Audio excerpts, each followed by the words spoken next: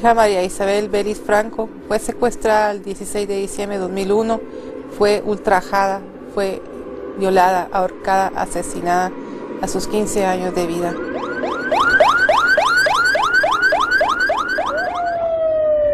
Mi hija Claudina Isabel era una joven mujer de 19 años que fue asesinada el 13 de agosto del año 2005 de un disparo en la frente.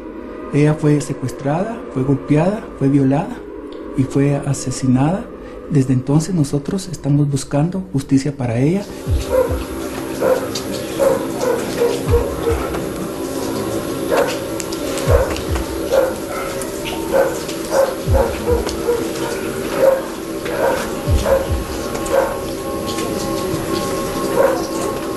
Yo fui totalmente un sicario 100%, ¿verdad? Asesinaba a familias, jóvenes, jovencitas. Llegué al límite de violarlas. Cuando me gustaba alguien las violaba. Yo le tenía mucho odio a las mujeres. Tuve un gran tiempo que le tuve un gran odio a las mujeres por lo mismo, del mismo daño que mi mamá me hizo también y unas de mis hermanastras que tenía.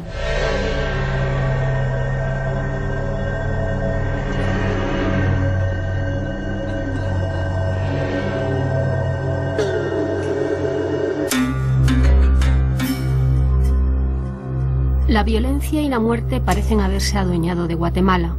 La primera década del siglo XXI no ha traído la anhelada paz a los guatemaltecos, ya acostumbrados a las convulsiones geológicas y a las tragedias históricas.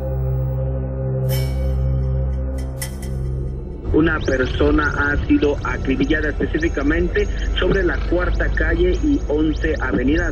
Las muertes violentas de mujeres se han triplicado en estos 10 años. El feminicidio, la agresión contra la mujer por el hecho de serlo, a veces ni siquiera es noticia. De este caso, Emisoras Unidas, primera en noticias, primera en deportes. Que va del año han muerto 743 mujeres de forma violenta. Las notas rojas, las noticias de sucesos y crímenes, por desgracia son más que abundantes. El cada vez más poderoso narcotráfico, las pandillas, la delincuencia de todo tipo hacen estragos. En 2010 se registraron más de 6.600 asesinatos.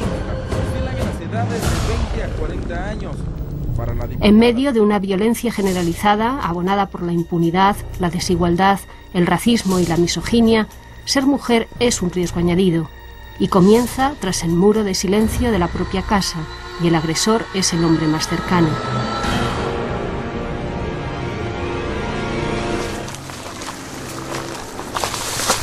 La confianza destrozó la vida de Mindy a sus 21 años. Todavía no se explica por qué confió en su marido, del que se había separado hacía poco porque vivía con otra mujer, y se dejó llevar hasta este río. Aquí fue donde mi marido me golpeó. Aquí fue donde mi marido me destruyó todo. La vida y el corazón. Una tarde de principios de julio de 2009, Mindy podría haberse sumado a la lista de mujeres que aparecen mutiladas y muertas en un paraje remoto. Cuando yo lo volteé a ver, vi que él iba con el cuchillo encima. Y ya después cuando solo sentí nada más el primer filazo que me dio en la frente. De ahí ya no sentí nada. Como tipo 5:30, 6 de la tarde, volví a sentir, yo ya no tenía mi rostro y estaba desnuda. Entonces ya yo lo empecé a gritar a él y me echaba agua en la cara pensando que era una pesadilla. Decía yo que quería disertar de esa pesadilla. Pero ya después me di cuenta que era realidad lo que me había pasado. Poco después de la agresión, su marido, Esteban, fue detenido acusado de tentativa de femicidio, pero quedó libre a los pocos días porque el juez consideró que se trataba de lesiones graves. Con el caso en manos de la Fundación Sobrevivientes, volvió a prisión 3 meses después, donde permanece a espera de ser juzgado el próximo verano. Casi a toda la gente de allá, donde yo vivía con él, le dice que es que yo tuve la culpa, que es que yo soy una basura, que es que yo soy esto, que yo soy el otro.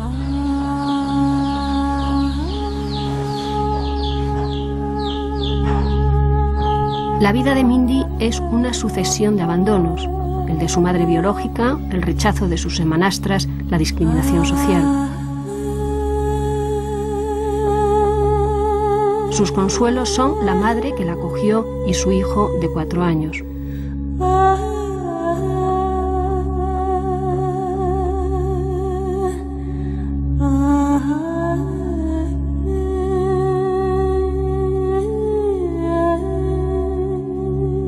La idea de él era matarte, me dice mi mamá. Entonces le digo yo, sí, mejor me hubiera matado y no me hubiera dejado así, le digo yo, porque la verdad yo así, ¿no? Le digo yo a mi mamá que si no fuera por ella y por el niño, si no hubieran estado ellos, ya me hubieran matado.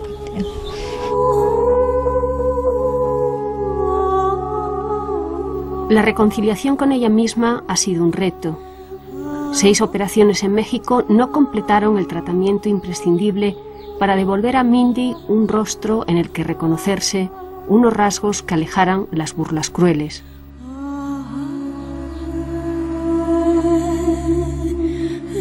La verdad yo sí no me quiero quedar. Quiero que sea tener ni labios ni nariz y no me importa si me quedan cicatrices en la cara, que no me importa, lo único que me importa es mi cara, eso es lo único.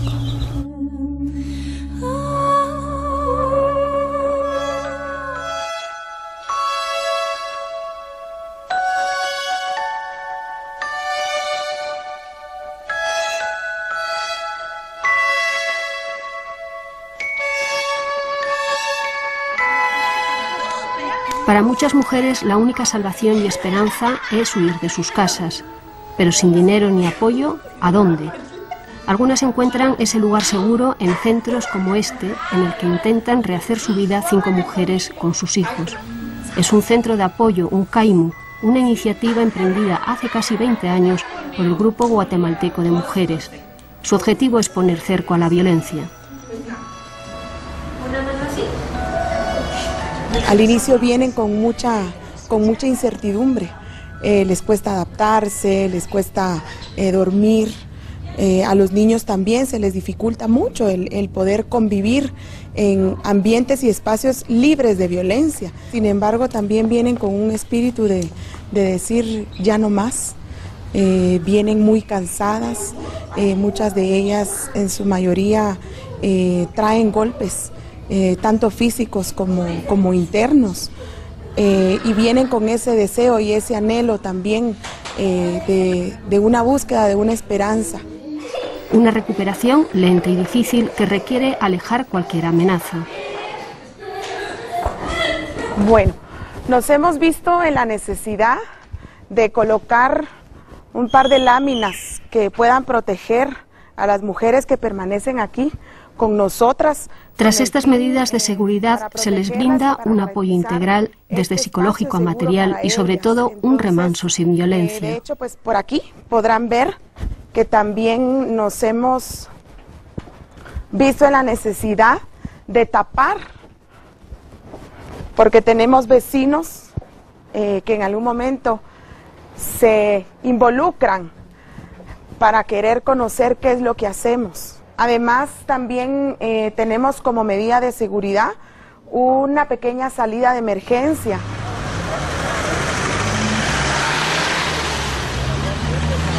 Un encierro voluntario preferible a la amenaza exterior de unas parejas que, airadas por el abandono y por su denuncia, no cejan en un acoso que puede ser mortal.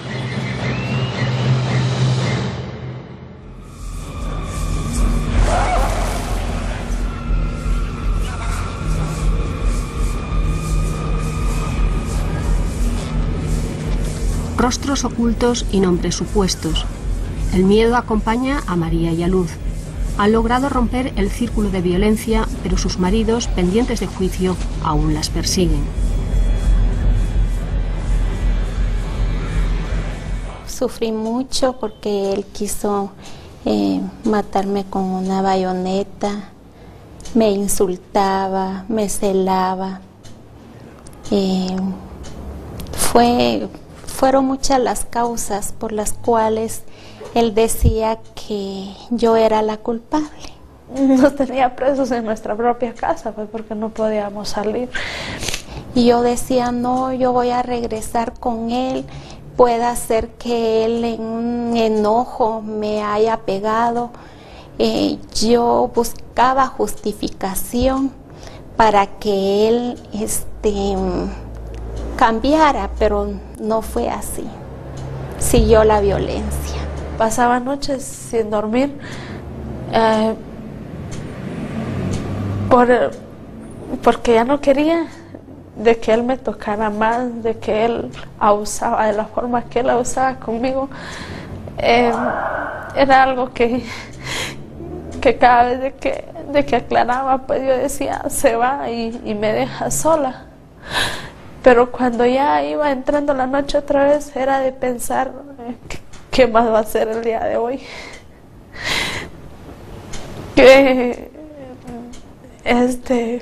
¿A qué cosas más me va a obligar a hacer, verdad? Cortar desde un principio la violencia, pero muchas mujeres justificamos eso, de que debemos de ser sumisas al hombre, y no debe de ser así, porque si Dios nos dejó es para que nos amemos, pero aquí hay mucho machismo. Y cuando uno tiene esa oportunidad de seguir viviendo, no esperar a que le quiten la vida a uno, no esperar esas noches en que uno de esos días uno ya no va a despertar. Y ahora pues es algo que cada día despierto con esa alegría de que es un nuevo día, es un día más en que estoy a la par de mis hijos, contenta.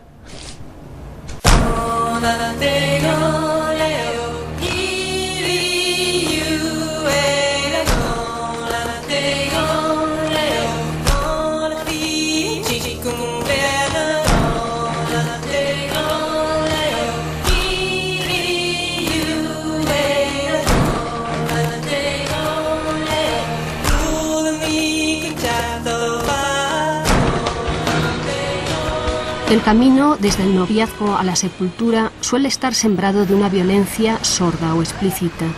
El imaginario de una mujer ideal, sin mácula, de escaparate, se combina con el de una mujer sumisa y fiel cumplidora de los designios de su hombre. La misoginia y el machismo tienen profundas raíces y tradición en la sociedad guatemalteca, sin distinción social o étnica.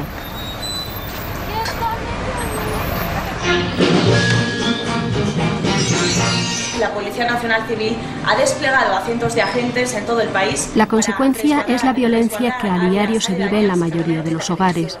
A veces una muerte la convierte en nota roja, por lo general sensacionalista en los medios.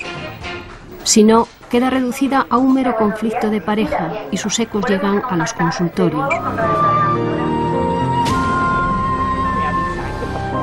Mis amigos, buenos días, mis reinas lindas, buenos días. Buena conocedora de esta violencia, porque la sufrió en carne propia durante años, Esperanza libra su propia lucha contra el machismo tan imperante en México, su tierra natal, como en Guatemala. Mi esposo lo dejé, tomaba mucho, me pegaba. Oye, ¿y cuando eran novios cómo era? Ay, era insoportable, Esperanza. Pues yo pensé que se le iba a quitar. Él me dijo, en cuando nos casemos, se me quita, mi reina, como dicen en mi pueblo, la última y nos vamos, mi reina, y mañana sí me caso contigo. Así dicen en Jalisco. ¿Sí? En verdad. ¿No viste los semáforos rojos que estaban, que decían alto, alto? Es una mujer indígena, joven, que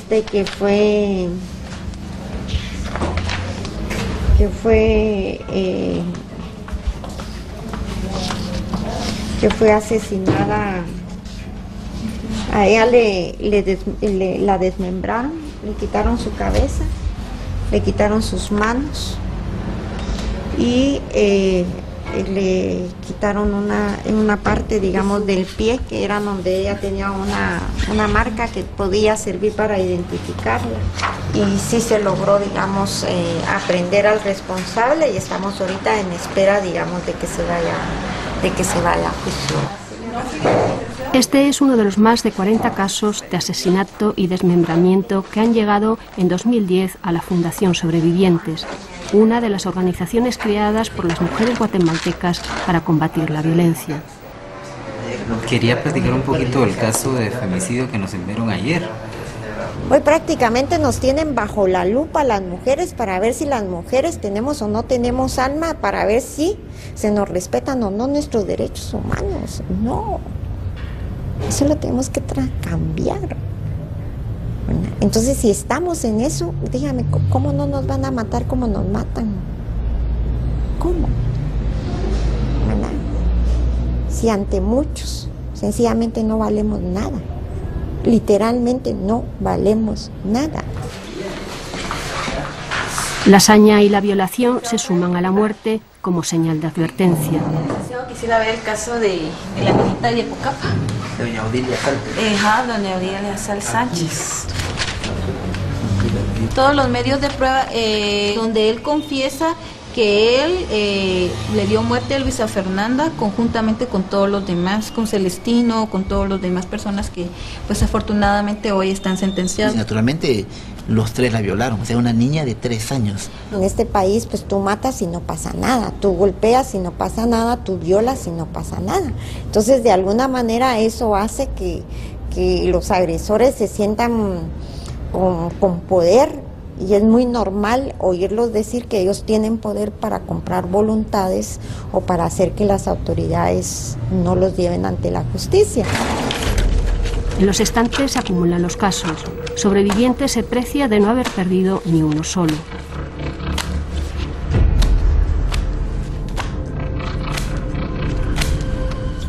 Mabel, abogada de la Fundación, lleva el caso de Gilma, una estudiante de 18 años desaparecida desde principios de octubre. El jueves tengo que ir a Chiquimula y nuevamente pues piden revisión de medida porque la persona que raptó, secuestró a la hija de doña Ada Luz, pidió revisión de medida porque está con prisión preventiva en este momento. Los investigadores descartan que haya sido un secuestro por la situación económica de la familia, que es notoriamente pobre. Esa es mi hipótesis, de que al no querer ella regresar con él, entonces él lo que hace es darle muerte a ella. En el oriente, limítrofe con El Salvador y Honduras, Chiquimula ocupa un lugar destacado en la geografía de la violencia y la impunidad.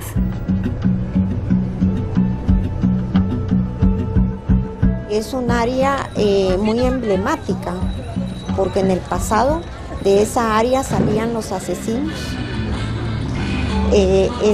Un área, digamos, con una cultura patriarcal, pero tremenda.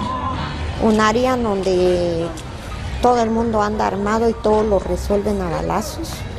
Un área donde están acostumbrados a que se les lleve presos porque se robaron una vaca, pero no porque mataron a una mujer.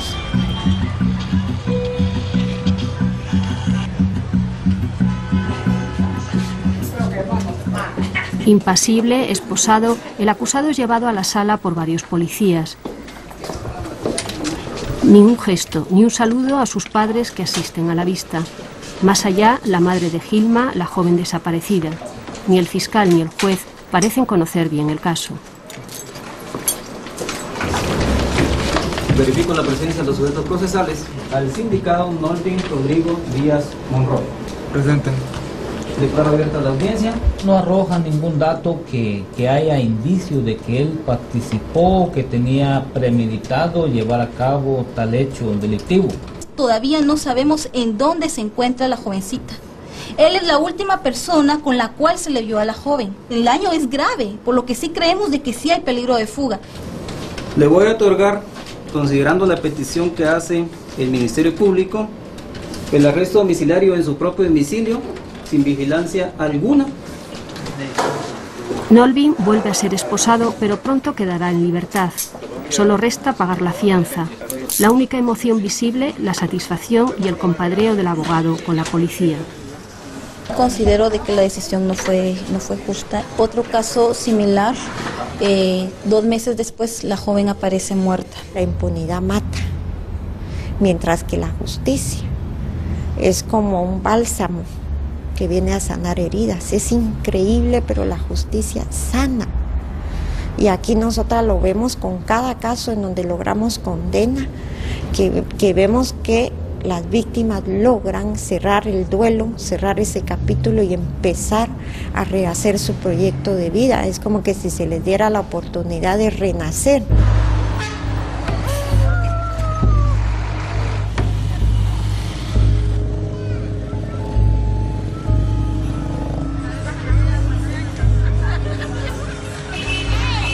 No son leyes lo que falta.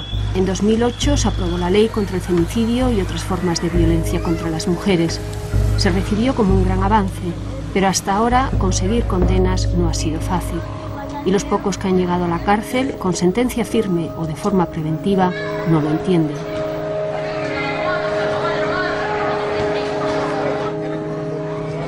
Los que están procesados por este delito manifiestan que es algo injusto para ellos, ¿ya? Porque esto ellos lo toman como una cuestión doméstica, el agredir a la esposa, lastimarla, y es algo nuevo para los que están ahí, que lleguen personas por violencia contra la mujer, ¿verdad? Cuando ahí estamos hablando de delitos como homicidio, secuestro, narcotráfico, ¿ya? Aún no se acepta que este delito dé lugar a que hayan personas detenidas. Ni siquiera se ha logrado atajar la violencia contra las mujeres. Si en 2001 fueron 307, 2010 acabó con 838, es decir, más de 2 mujeres asesinadas cada día. El Ministerio Público, la Policía Nacional Civil, las instituciones a quienes les corresponde, no investigan. No investigan, no hay información, es difícil probar que se trató de hechos de feminicidio porque no se tiene el historial de las víctimas, ni datos mínimos se cuenta con ellos sobre dónde fue asesinada la persona, no sé, porque los cuerpos aparecen en la vía pública, pero muchas veces las muertes no ocurren ahí.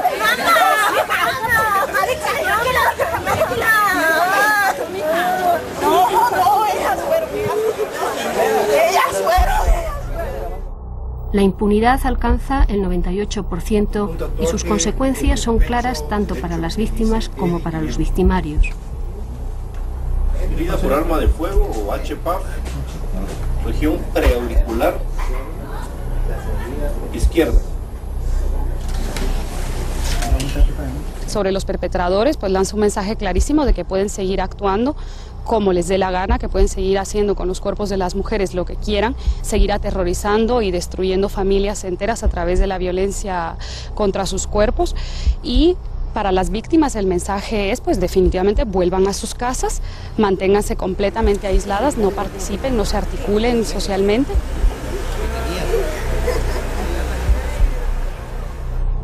María Isabel, mi hija, fue plagiada el domingo 16 de diciembre de 2001. Ella me había pedido permiso para trabajar en una boutique en la zona 1, en la capital de Guatemala. El 12 de agosto del año 2005, Claudina, luego de ir a la universidad, se comunicó con nosotros para informarnos que estaba en una fiesta.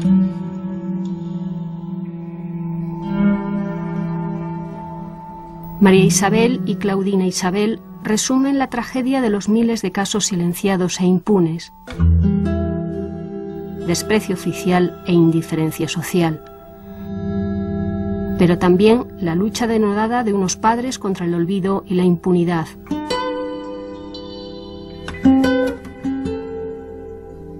Su voz ha llegado hasta la Comisión Interamericana de Derechos Humanos. Entonces, a los 3 días, casi a los 3 días, ¿sabe cómo me enteré que ella estaba muerta? Yo puse la televisión, puse un noticiero que hay aquí en Guatemala y puse el otro. Y me doy cuenta que María Isabel estaba tirada en un lugar baldío. Yo decía, ¿es ella? ¿No es ella? Yo no quería creer que era mi hija. Estaba con la misma ropa con la que se había ido al trabajo. A las 48 horas de haber sido asesinada Claudina, se presenta a nuestra casa una investigadora de la Policía Nacional Civil, y en nuestra cara nos dice que Claudina Isabel había sido tipificada como una cualquiera, como una prostituta o como una marera, y que en consecuencia no habían tenido cuidado en el levantamiento de la escena del crimen. Tenía señas de acá, de que la habían ahorcado con las manos. Tenía una soga en el cuello. La acuchillaron acá. Le mordieron la oreja. La violaron. Le fracturaron el fémur. Yo ya no quise ver más. Ahí caí en ese lugar. Me desmayé. Fue secuestrada, fue golpeada, fue violada y fue asesinada de un solo balazo en la frente. O sea, el asesinato de Claudina no es un asesinato accidental, sino que es un asesinato premeditado con la intención de abusar de ella y de luego eliminarla para no dejar testigos. Pero todo esto motivado por la impunidad. La que levantó el cadáver de mi hija se atrevió a decirme en mi cara, es que a su hija la mataron porque era prostituta. Una cualquiera. ¿Qué le dije? Ella se atrevió a decirme, es que su hija era prostituta, usted, cuando la ropa estaba llena de la evidencia que la habían violado. Y yo le dije, y lo mismo que le estoy diciendo, pero la ropa estaba llena de eso, ¿por qué no investigan? Y ja, ja, ja, ja, se empezó a reír. ¿Y usted de qué se ríe? Me da risa. ¿De qué? De lo que le está pasando. ¿Cómo así? ¿Mataron a mí? A mí qué me importa. En el informe inicial, el médico forense certifica que Claudina Isabel murió entre 7 y 11 horas después de efectuar la necropsia. ¿Cómo es posible? Eso significa que el médico forense del organismo judicial, bajo juramento de ley, certifica que Claudina Isabel estaba viva al momento en que la necropsia se desarrolló. Hay una misoginia tremenda en Guatemala, un patriarcado tremendo, donde quieren pisotear a las mujeres, solamente porque les gusta una mujer y la usan y la dejan tirada como que fuéramos un trapo. Creo que la mayor parte de culpa del asesinato de mujeres lo tiene la misma población. Es increíble la indiferencia a la que este pueblo ha llegado sobre las muertes de mujeres y sobre las muertes en general. Pero lo que no he asimilado a la muerte de mi hija, para mí está latente, ahí está. Sigo en la lucha, con los pies en la tierra, lo único que el corazón lleno de dolor.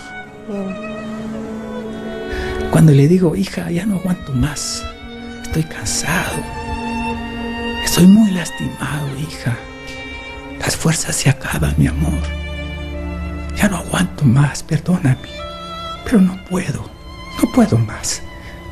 Cuando estoy así, oigo una voz que me dice, papi, por nada abandones mi causa, no dejes de luchar por mí, ni por las mujeres de Guatemala. Esfuérzate y sé muy valiente. No desmayes.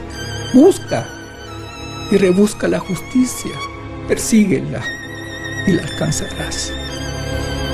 Y yo constantemente renazco como el ave fénix y digo, hija, gracias, buscaré la justicia.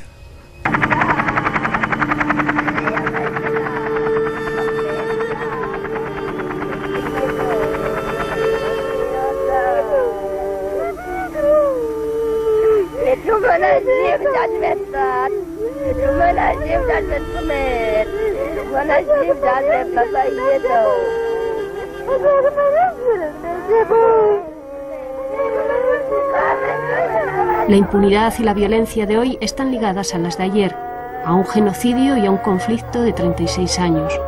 Entonces, las mujeres, en particular las indígenas, fueron consideradas como enemigas del Estado, y por ello miles de ellas fueron violadas y asesinadas.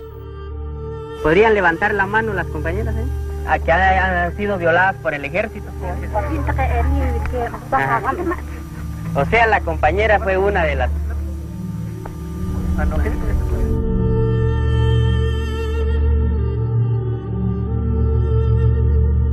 Fosas y sepulturas sin nombre guardan aún las pruebas de aquel horror que se cobró más de 250.000 vidas.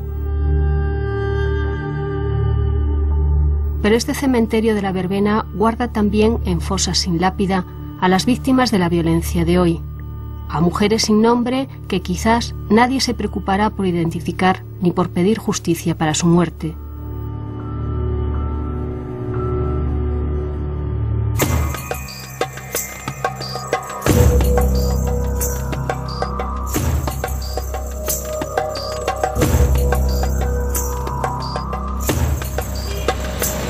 Guatemala es un país armado.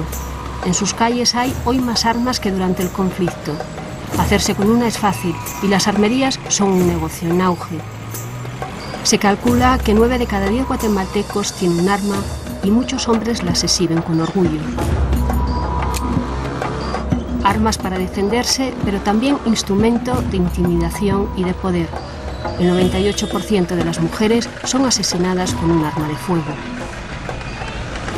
Caso número 14, Colonia Linda la Vista, solo 6 de Víctor Noviembre. En el lugar están indicando cadáver por arma de fuego. Sexo femenino, 20 alfas, 20 alfa prox. Pregunto si copiaste.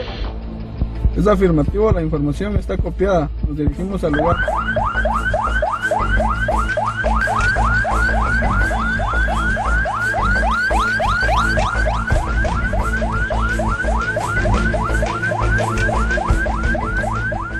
Peligro a veces en las áreas urbanas o muy marginales o áreas rojas donde el ser policía pues atacan en contra de las unidades policiales.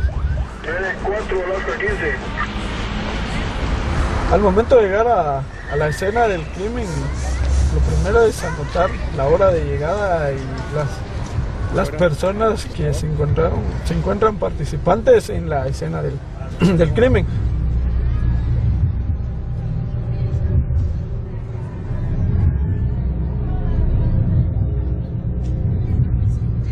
También lo que hacemos es ponernos a la orden del auxiliar fiscal para coordinar trabajo, como posibles entrevistas a testigos, como posibles entrevistas a familiares del fallecido.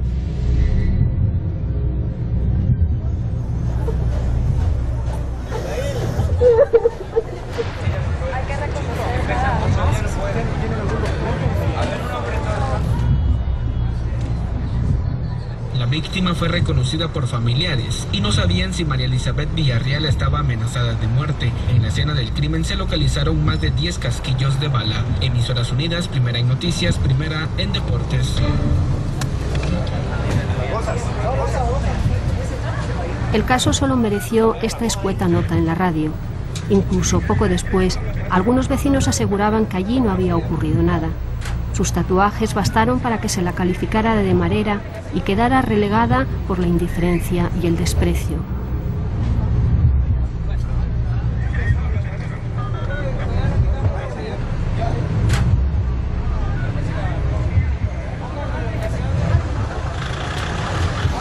En la morgue termina una tragedia y comienzan otras.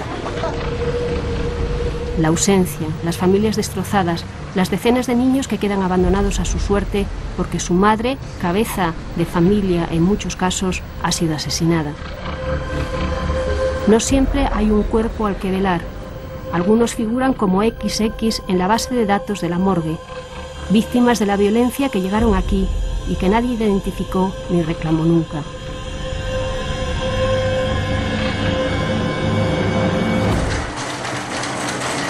En la morgue, la frialdad de los términos técnicos da a la muerte otra apariencia, más distante, más precisa.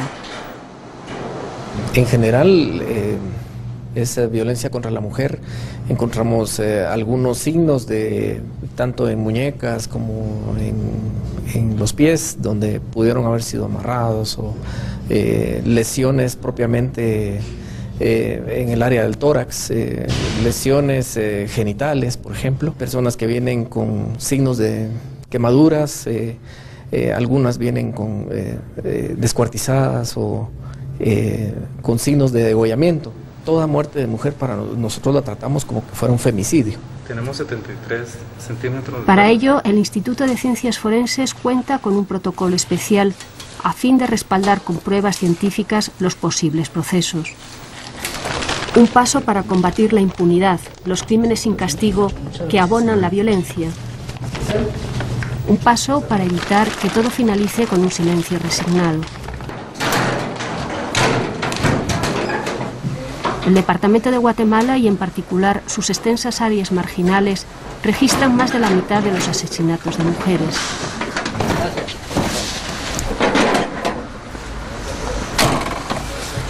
¿Quién se va a ir para la funeraria? Nosotros dos. Empecé a delinquir a los 9 años, comencé a juntarme con jóvenes de una pandilla. Ellos me enseñaron directamente a cómo asaltar, cómo apuñalar a una persona, incluso manejar un arma. Miguel, nombre ficticio, llegó a comandar una pandilla en la zona 18 de la capital. Colonia Limón, su antiguo coto, es una de las áreas más rojas, más violentas del país.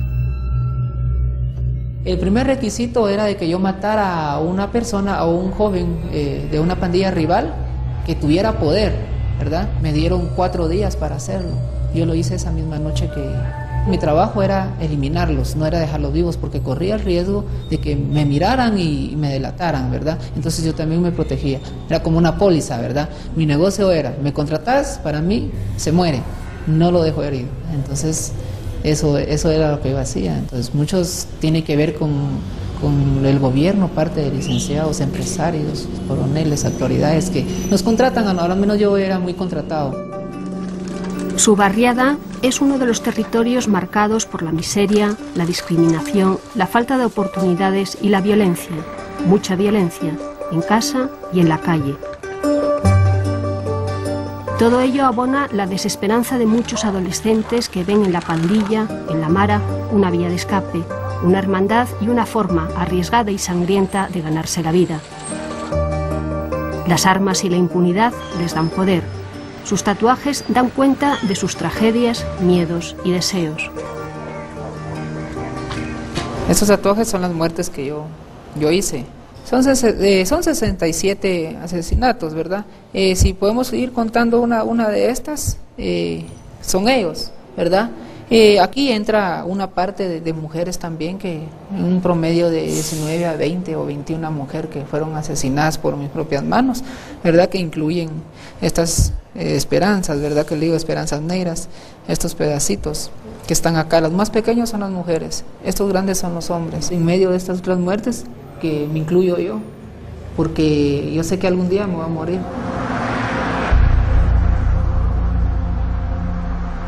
En el mundo machista y violento de las maras, las mujeres también tienen un lugar secundario que a veces, paradójicamente, les da cierta seguridad. Yo tuve 15 mujeres en mi pandilla. Yo a ellas las utilizaba para ir a recoger dinero, para llevar armas, llevar drogas y a veces incluso para tener intimidad con ellas, ¿verdad? A veces el propio papá las acosaba, las violaban. Entonces, ¿qué hacía yo? Cuando tuve una integrante, el propio papá la violó. Ella pidió de que lo golpeáramos y yo le dije, ¿quieres que lo golpeemos o quieres que lo matemos? Entonces mejor lo descuartizamos y lo hicimos. Lo partimos en pedazos por haberle hecho a su hija. ¿Una mujer, si quiere salir de la pandilla, le puede costar la vida? Sí, ahorita a lo menos nosotros lo que hacemos es que las eliminamos, las matamos, honestamente. Yo tuve que asesinar a 4 mujeres juntas. ¿Por qué? Porque ellas querían salir. Perfecto, te vas. Pero todavía te lo dijimos que pensaras antes de entrar.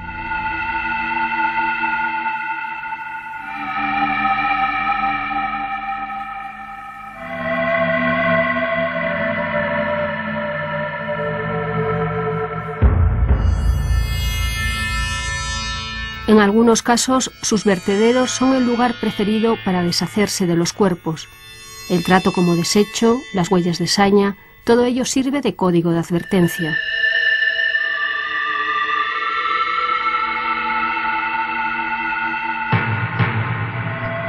Algunas veces las asesinábamos, le pegábamos un tiro en la cabeza y se iba a dejar a un lugar baldío, ¿verdad? Un barranco, un río. Pero también se daban los casos de que las desmantelaban o se les quitaban los brazos por partes y los iban a dejar a los desagües, a los basureros, ¿verdad? Dispersados, ¿verdad? Para que cualquier movimiento que tenga la familia en que nos quiera acosar, ese es como parte de un mensaje también de que les pueda pasar a ellos también, ¿verdad? A la familia completa. Afirmativo, Papa, está indicando lo que es caso 11, caso 11. La persona XX, 20 años aprox, indicando en el lugar una persona estrangulada, próxico, vio Oscar Papa. Desde hace 2 años la policía cuenta con una unidad especial para investigar los homicidios en la capital. Pero la policía sigue siendo la asignatura pendiente. Sin medios, organización y personal adecuados, la policía se ve impotente para hacer frente a una criminalidad que se cobra cada año 4 veces más vidas que en México y a un narcotráfico que se ha hecho fuerte en buena parte del país. ¿Tenemos cifras de mujeres luchadas o solamente de hombres? Sí han habido casos de mujeres, pero son los menos. No, pero se dio un caso también en el Quiché de una señora que la vapulearon por una supuesta infidelidad que había tenido. El suegro de la señora es el pastor de la comunidad y la señora salió exiliada. O sea, a ella la desnudaron, le pusieron chile en todo el cuerpo, sí, la vapulearon y exactamente. Tras varios intentos fallidos de reforma policial, se ha encargado la labor a una mujer, Helen Mack, reconocida por su defensa de los derechos humanos y la lucha contra la impunidad. El ejército y los grupos conservadores que estuvieron de acuerdo con este conflicto se han considerado ganadores del proceso de paz y por lo tanto quieren mantener pues su programa cortoplacista y además yo diría rezagado a lo que son las necesidades reales del país, y eso ha impedido la modernización del Estado de Guatemala y concretamente obviamente la policía.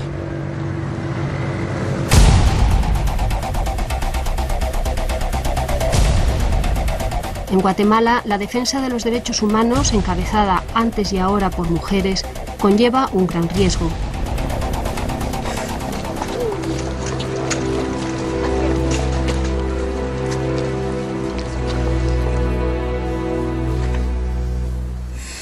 Emilia Cuán, de 33 años, socióloga, había denunciado irregularidades en varios proyectos de desarrollo. El pasado 7 de diciembre fue secuestrada por hombres armados y al día siguiente apareció muerta, golpeada y maniatada. La violencia infame irrumpió en su camino, cortando abruptamente sus sueños e ilusiones de ver una Guatemala libre de violencia.